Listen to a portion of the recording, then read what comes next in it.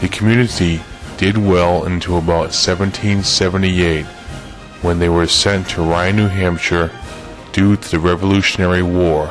Though a small population remained, the isles were largely abandoned until the middle of the 19th century. Around the same time, Thomas and Oscar Layton opened a popular summer hotel on Appledore Island. The popularity of the Laytons' Appledore House soon led to the building of the Mid-Ocean House on Smutty Nose Island and the Oceanic Hotel, which is still in use today on Star Island. The largest of the Isles of Shoals is Appledore Island in Maine, formerly known as Hog Island, and prior to that as Farm Island. It is approximately a mile from east to west and 5/8 of a mile from north to south, with an area of 95 acres. It was the home of the large hotel, the Appledore House, during the 19th century, but it burned down in 1914. Today, the island is an operating station of the Shoals Marine Laboratory, run cooperatively by Cornell University and the University of New Hampshire. Smutty Nose Island, at 25 acres, is the third largest. It is known as the site of Blackbeard's honeymoon, the shipwreck of the Spanish ship Sagunto in 1813, the 1873 axe murders of 2 young women, and most recently, a very tasty beer. There are 2 small houses on the island. One of them, the Samuel Haley House, is the oldest structure in the state of Maine. Smutty Nose is no longer populated today.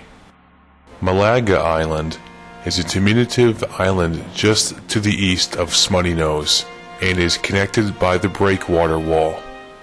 That breakwater wall was built around 1820 by Captain Samuel Haley. Legend has it, he paid for its construction with 4 bars of pirate silver that he found under a flat rock on the island. Other islands are White Island and Lugling Island on the New Hampshire side of the border, and Duck and Cedar Islands are in the state of Maine. White Island has one of 2 lighthouses on the New Hampshire coast. Lugling Island, formerly Londoners Island, was the site of an early trading post for codfish. Cedar Island is also connected to Smutty Nose by the breakwater wall and is privately owned. Duck Island lies about 1.5 miles to the north and once was used as a bombing raid for the United States Navy. It is also owned by the Star Island Corporation, but kept as a wildlife sanctuary and has never supported a human population.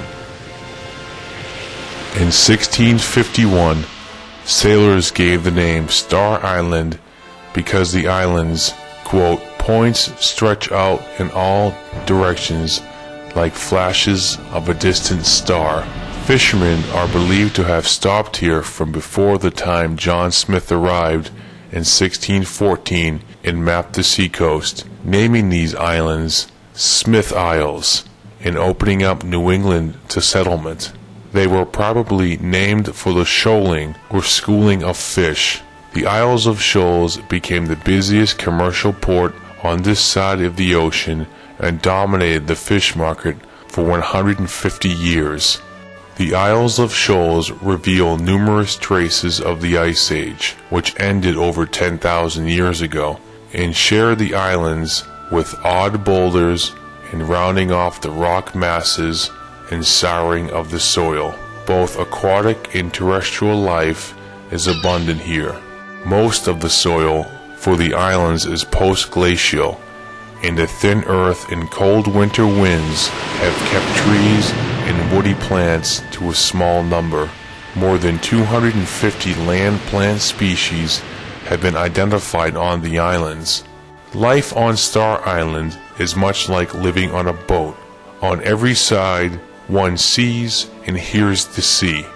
The shores of New England are visible to the west and north, but to the east and south is only sky and sea. Like a self-sufficient town, Star Island makes all its own water and electricity. There are 3 separate water systems on the island: drinking water, cistern water for washing, and seawater for sanitary use. The island has its own septic treatment plant, one of the few capable of handling salt water. The island is staffed by a crew of 150 college students who live on the island for the summer, taking up the name Pelicans and doing everything from transporting luggage to washing dishes, painting buildings, weeding, and making beds. The second largest island is Star Island, located off the coast of Rye, New Hampshire. It is a historical district and on the National and State of New Hampshire historical registers. For over 100 years, summers have provided individuals and families with an escape from their busy mainland lives. On Star Island, there are multiple hotel buildings, the largest of which is the 100-year-old Oceanic Hotel. It is the largest structure on Star Island, and its main lobby, writing room, pink parlor, and dining hall provide a glimpse into the life of the Grand Hotel era when Star Island attracted notable artists and writers. One of Star Island's most prominent features is the chapel, a simple stone meeting house built in 1800 on the highest point of land. There is a marine lab, a floating dock for swimming off of, a tennis court, playground, and Vaughan Cottage, where the historical records are kept, and there is beautiful scenery all around. The sunsets are famously breathtaking.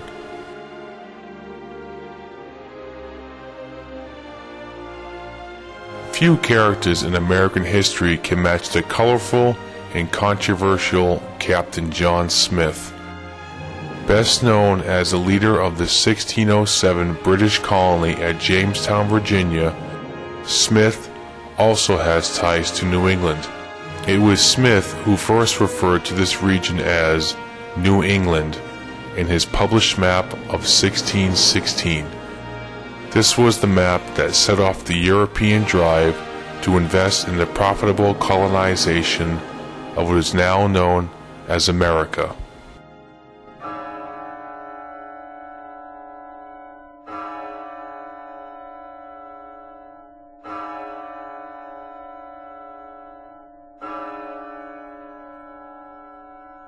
Three little Gosport sisters died of scarlet fever within weeks of each other on Star Island in 1863. Their tiny headstones used to lie deep within the jungle of cedars, lilac, and poison ivy at the far end of Star Island. The iron gate that once surrounded the Beebe family cemetery is rusted and gone.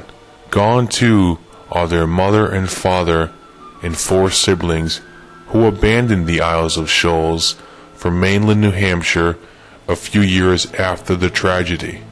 What remains is a deep-set gravesite that seems carved into the rocky shelf. Below Millie's name, the worn memorial reads, "Dying, she kneeled down and prayed, 'Please, Jesus, take me up to the lighted place,' and he did."